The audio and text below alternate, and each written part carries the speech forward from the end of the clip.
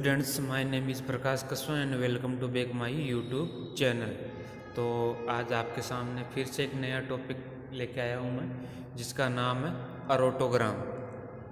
अब आपको पता होगा कि अरोटोग्राम क्या होता है, क्यों करते हैं और कैसे करते हैं। तो ये सारी चीज़ें अपन पढ़ेंगे। जो अरोटा आप जान ही थे हो, अरोटा किसको बोलते हैं ना। अरोटा एक अपने हार्ट की मेन ब्रांच होती है जो क्या करती है, अपने ऑल बॉडी में ब्लड सप्लाई करती है। तो मेन ब्रांच जहाँ से अपनी हेड से निकलती है उसको अपन बोलते हैं अरोटा, जो क्या करती है एब्डोमेन से जाके गुजरती है। तो एब्डोमेन में भी वो होती है, तो इसको अपन एब्डोमिनल अरोटोग्राम भी बोल सकते हैं। इसका इंट्रोडक्शन देखिए आप। इंट्रोडक्शन में क्या होगा कि इसके बारे में अपन को बताना कि आखिर में ये होता है क्या और क्यों करते हैं अपन। तो इसमें यह होता है कि आप जानते हो कि अपनी जो हार्ट ब्लड सप्लाई करता है पूरी बॉडी को, तो पूरी बॉडी को सप्लाई करता है। तो उसमें से क्या है कि हार्ट से एक मेन ब्रांच ही निकलेगी, फिर उसके बाद में अलग अलग गुजरेगी। तो जो मेन ब्रांच हार्ट से जो निकलती है उसको अपन बोलते हैं अरोटा, जो क्या होती है कि वो एब्डोमेन तक फैली होती है और अलग अलग भागों में बढ़ती जाती है। तो अपन हार्ट से एब्डोमेन तक अपन इसको एक अपनी मेन बड़ी ब्रांच होती है ब्लड सप्लाई की, आर्टरी की, जिसको अपन बोलते हैं अरोटा। तो अपन अरोटा का एग्जामिनेशन कर रहे हैं तो अपन क्या बोलेंगे, उसको अरोटोग्राम बोलेंगे। अरोटोग्राम का अपन दूसरा नाम एब्डोमिनल अरोटोग्राम भी है, यानी इसको अपन एब्डोमिनल अपने जो एग्जाम में क्वेश्चन आ सकता है वो एब्डोमिनल अरोटोग्राम के नाम से भी आ सकता है। तो इसमें कन्फ्यूज़न मत होना। अब देखिए वो जो इंट्रोडक्शन है मैंने वो थोड़ा सा नॉर्मली आपको बता दिया, और फिर भी मैं इसकी एक लैंग्वेज समझा देता हूँ जो मैंने नोट्स बनाए हैं। तो radiographic study of the abdominal aorta after introduce of radio opaque contrast media through as catheter inserted in the aorta through the femoral artery.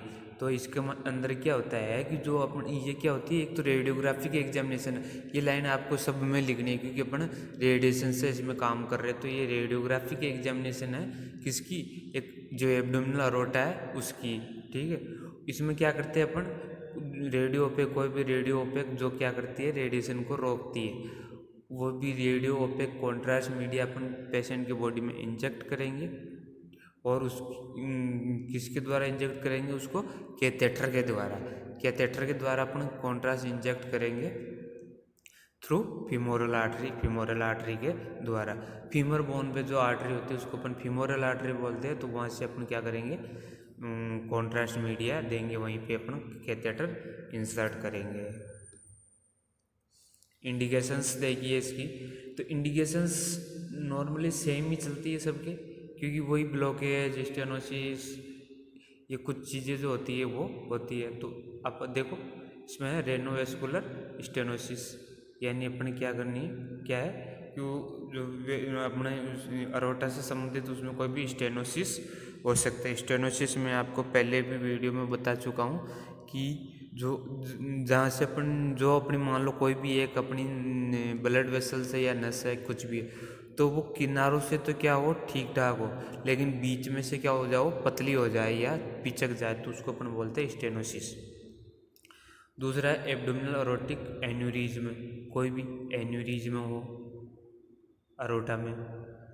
कोई भी एंडोवेस्कुलर स्टेंट प्लेसमेंट, स्टेंट आप जानते हो जिसको एंजियोप्लास्टी भी बोलते हैं। एक लोहे का स्टेंट जो होता है वो अपन क्या करते हैं, पेशेंट की आर्टरी में कई बार पेशेंट की आर्टरी कहीं से पिचक जाती है या ब्लॉकेज हो जाता है, तो ब्लॉकेज हटाने के बाद उसमें एक स्टेंट डाल दिया जाता है, जिससे क्या है कि वो वहाँ से जो आर्टरी है वो दोबारा ना पिचके। तो उसके लिए उसको डालने से पहले भी अपन क्या करेंगे उसको। और है कोरोनिक मेसेस्ट्रिक्स स्केमिया, क्रोनिक मेसेस्ट्रिक स्केमिया ये भी हो जाए तो भी अपन करते हैं। और एक है टाकियासिस आर्थराइटिस, जिसको अपन बोलते हैं इन्फ्लामेशन ऑफ अरोटा। तो ये अपना इंडिकेशंस था। कॉन्ट्रा इंडिकेशंस क्या होगा, कॉन्ट्रा इंडिकेशंस में अपन को एक तो वही एलर्जी टू कॉन्ट्रास्ट मीडिया, यदि कोई किसी को कॉन्ट्रास्ट मीडिया से एलर्जी है तो अपन ये नहीं करेंगे। किडनी फेलियर, किसी की किडनी फेल है तो भी नहीं करेंगे अपन। इंजरी टू अरोटा, अरोटा में कोई इंजरी हो गई है तो भी नहीं करेंगे अपन। और सस्पेक्टेड प्रेगनेंसी, यदि कोई प्रेगनेंसी हो तो भी नहीं करेंगे। अब देखिए कॉन्ट्रास्ट मीडिया। अब इसमें अरोटोग्राम में अपन कौन कौन से कॉन्ट्रास्ट मीडिया यूज लेंगे, तो उसमें है एक तो water soluble contrast media, isoosmolar is used, ठीक है, और यूरोग्राफिन 60%। अब है इक्विपमेंट। इक्विपमेंट में आपको क्या क्या चाहिए, एक तो फ्लोरोस्कोपी यूनिट चाहिए जो IIT भी उसमें लगा हुआ हो, स्पॉट फिल्म डिवाइस चाहिए अपन को फिल्में लेने के लिए, रेडियोग्राफिक एसिड चाहिए फिल्म लेने के लिए, लॉन्ग थिन कैथेटर यानी लंबा और पतला कैथेटर चाहिए, और कैथेटर में इंसर्ट करने के लिए इंजेक्ट करने के लिए अपन को कौन सा इंजेक्ट करने के लिए सिरिंज भी चाहिए। अब है पेशेंट प्रिपरेशन। अब ये एग्जामिनेशन अपन कर रहे हैं तो उससे पहले पेशेंट को क्या प्रिपरेशन अपन करवाएंगे, तो वो है एक तो नॉट ईट और drink for 6 hours period to procedure, यानी अपन को 6 घंटे से पहले पेशेंट को कुछ खिलाना पिलाना नहीं है। कब? जब अपने एग्जामिनेशन कर रहे हैं उसके 6 घंटे तक। फिर है avoid the anticoagulants medicine. Anticoagulants medicine किसको बोलते हैं अपन? एंटीकोगुलेंट्स अपन बोलते हैं एक ऐसा पदार्थ होता है जो क्या करता है, रक्त का थक्का नहीं बढ़ने देता है। तो किसी को मान लो हार्ट की बीमारी हो, क्योंकि हार्ट की बीमारी में क्या होता है, ब्लॉकेज वगैरह होते हैं, तो ब्लॉकेज को हटाने के लिए उसको क्या करते हैं कि एक खून पतला होने की दवाई देते हैं जिसको अपन एंटीकोगुलेंट्स बोलते हैं, वो डॉक्टर देता है। तो उसमें खून पतला नहीं होता, अपन नॉर्मली भाषा में उसको बोलते हैं। उसमें क्या होता है कि वो ब्लड का क्लॉट नहीं बनने देता, यानी जहाँ पे अपन कोई भी ब्लॉकेज है वहाँ पे दोबारा कोई क्लॉट ना बने, तो उसको क्या क्लॉट नहीं बनने देता ब्लड को, जिससे क्या होता है कि वो बार बार वहाँ पे कोई हार्ट फेलियर की बीमारी ना होती है, हार्ट पेशेंट के लिए चलती है। और IV और ओरल सेडेटिव में भी गिवन टू पेशेंट को या तो IV या ओरली कोई भी अपन को क्या करना है, सेडेशन देना। सेडेशन क्या होता है, बेहोश टाइप में हो जाएगा, जिससे क्या है कि पेशेंट को दर्द नहीं होगा। फिर IV line inserted into arm hand for emergency medication, और एक IV लाइन अपन हैंड में इंसर्ट कर देंगे।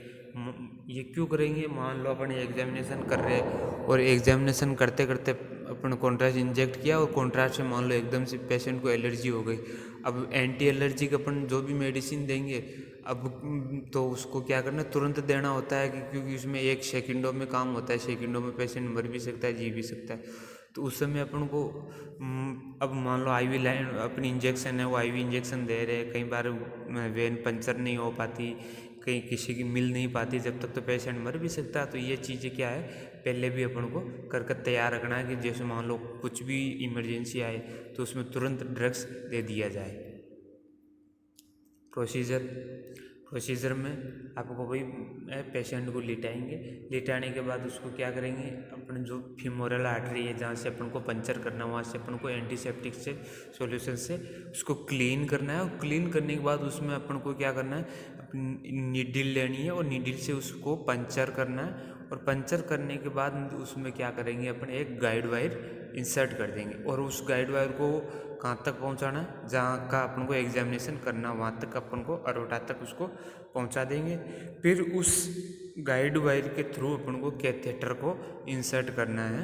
कैथेटर एक प्लास्टिक ट्यूब होती है जिसको अपन इंसर्ट करेंगे अरोटा तक, ठीक है। फिर उस गाइड वायर को अपन निकाल लेंगे, और गाइड वायर को निकालने के बाद उसमें अपन क्या करेंगे, कॉन्ट्रास्ट मीडिया इंजेक्ट कर देंगे, और इंजेक्ट करने के बाद अपन को क्या करना है, उसको उसकी फिल्में ले लेनी है, ठीक है। एग्जामिनेशन कर लेना, एग्जामिनेशन करने के बाद अपन को कैथेटर को निकाल देना है, और कैथेटर निकालने के बाद आपको क्या करना है, वहाँ पे प्रेस करके रखना है जहाँ से अपन को पंचर करना है। ये अपना नॉर्मल प्रोसीजर था, तो मैं इसकी लैंग्वेज समझा देता हूँ। Patient is asked to remove cloth and wear the patient gown and lie supine position on the x-ray table या टेबल, जो भी है अपने examination table.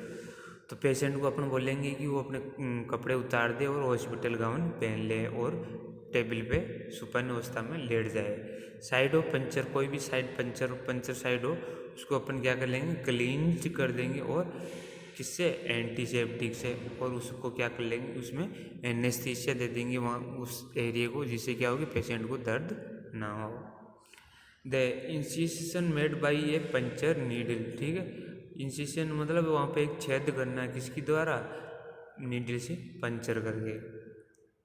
A thin plastic catheter inserted through the femoral artery and threaded into the abdominal aorta. उसमें क्या करेंगे, उसमें अपने थिन यानी पतला प्लास्टिक का कैथेटर उसमें इंसर्ट करेंगे और उसको अरोटा तक पहुंचाएंगे। Contrast media injected through catheter is source any blockage aneurysm etc. और उसमें बाद में क्या कर लेंगे, कॉन्ट्रास्ट मीडिया इंजेक्ट कर देंगे। और कॉन्ट्रास्ट मीडिया इंजेक्ट जैसे ही करेंगे तो अपन को पता चल जाएगा कि कहाँ पे इसको ब्लॉकेज है, कहाँ इसके एन्यूरिज्म है। अब देखिए, at the end of procedure no of x-ray films are take number of x-rays films are taken and remove the catheter. Films ले लेंगे आप एंड में प्रोसीजर के, उसकी फिल्में ले लेंगे। फिल्में लेने के बाद अपन क्या करेंगे, कैथेटर को रिमूव कर देंगे। After care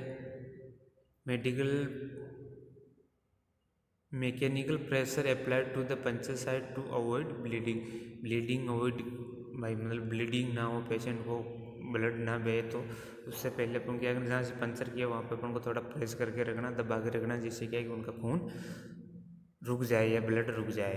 at लेस्ट 5 hours bed rest, 5 घंटे के लिए उसको अपन को बेड रेस्ट करवानी है। Know heavy physical activities for few days, कुछ दिनों के लिए उसको कोई भी फिजिकल एक्टिविटीज हैवी यानी कोई भी भारी एक्टिविटीज़ उसको करने से मना करना है अपन को, पेशेंट को। यह था आज का अपना टॉपिक अरोटोग्राम। अरोटोग्राम कैसा लगा, अच्छा लगा तो लाइक एंड सब्सक्राइब करें और बेल आइकन को भी प्रेस करें। Thank you so much watching the video.